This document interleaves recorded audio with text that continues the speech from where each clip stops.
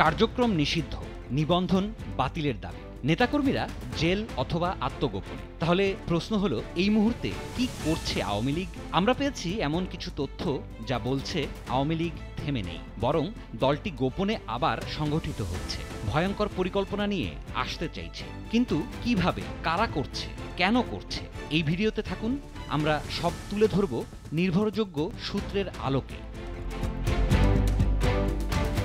৫ August ২০২৪ Awami লীগের রাজনীতির জন্য ছিল একটি অপ্রত্যাশিত মোড়। পায়ের নিচ থেকে রাতারাতি মাটি সরে যায় দলটি। হতভম্ব হয়ে পড়ে আওয়ামী লীগের নেতাকর্মীরা। তারপর একের পর এক আঘাত, গ্রেপ্তার হন শত শত নেতা। শীর্ষ নেতাদের বেশিরভাগ পালিয়ে দেশ ছাড়েন। তখন অনেকেই ভেবেছিল সব শেষ, কিন্তু বাস্তবতা হলো এই নিষ্ক্রিয়তার মধ্যেও ধীরে ধীরে গোপন একটি সংগঠন তৈরি হতে থাকে। প্রাথমিকভাবে প্রবাসে থাকা নেতারা উদ্যোগী হন।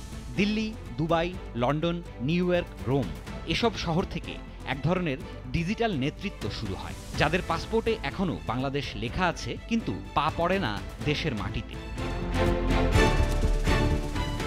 সাম্প্রতিক সময়ে পলাতক এবং প্রবাসী নেতাদের সক্রিয়তা চোখে পড়ার মতো, যেখানে দেখা যাচ্ছে প্রবাসী আওয়ামী কর্মীদের মাধ্যমে দেশের ভেতরে থাকা নেতাকর্মীদের সঙ্গে যোগাযোগ করছেন বিদেশে থাকা হাই প্রোফাইল নেতারা। সরাসরি নির্দেশনা দিচ্ছেন, মাঠে নেমো না, সংগঠিত হও, প্রতিবাদ করো, মিটিং করো। এইসব যোগাযোগের একটি বৈশিষ্ট্য হলো ছোট ছোট গ্রুপে কাজ করা, ছদ্মনামে আইডি ব্যবহার, এমনকি ভিন্নধর্মী সংগঠনের ব্যানারে মিটিং করা। ঢাকা, সিলেট, ময়মনসিংহ, নোয়াখালী এমন কিছু জেলায় গোপনভাবে মিটিং হওয়ার তথ্য মিলেছে। তবে মিছিল করতে গিয়ে পুলিশের হাতে একাধিক কর্মী ধরাও পড়েছে।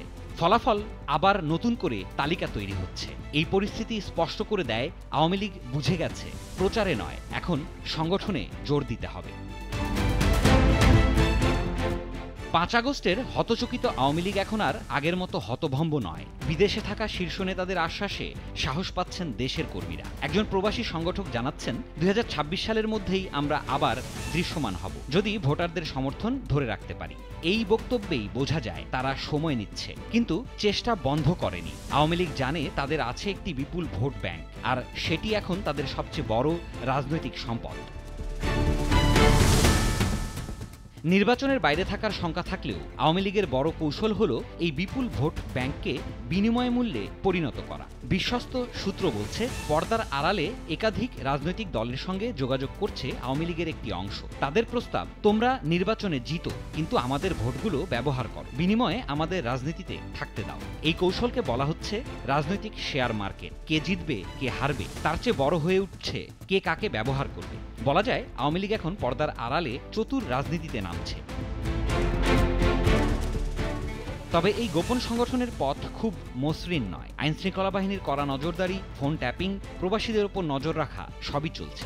নির্বাচন সামনে রেখে নিষিদ্ধ দল বা সন্ত্রাসী সংগঠনের মতো আচরণ করলে সরকার কঠোর হবে, এমন হুঁশিয়ারি আগেই এসেছে। তবুও আওয়ামী লীগের তৃণমূল কর্মীদের ভাষ্য, রাজনীতি আমাদের রক্তে, এটা আটকানো যায় না। তাই তারা আবার সংগঠিত হচ্ছে, গোপনে শপথ নিচ্ছে। এই সংগঠনের ভবিষ্যৎ নির্ভর করবে দেশের রাজনীতির পরিবর্তনশীল গতিপথে। আওয়ামী লীগ হয়তো আপাতত দৃশ্যপটে নেই, কিন্তু রাজনীতি থেকে গায়েব নয়। তারা গোপনে সংগঠিত হচ্ছে, প্রস্তুত হচ্ছে যে কোনো পরিস্থিতিতে নিজেকে মানিয়ে নিতে। আর এই কর্মকাণ্ড যদি সত্যি হয়, তাহলে সামনে রাজনীতির মঞ্চে আবার এক বড় নাটক দেখা যেতে পারে। News desk, Dhaka express.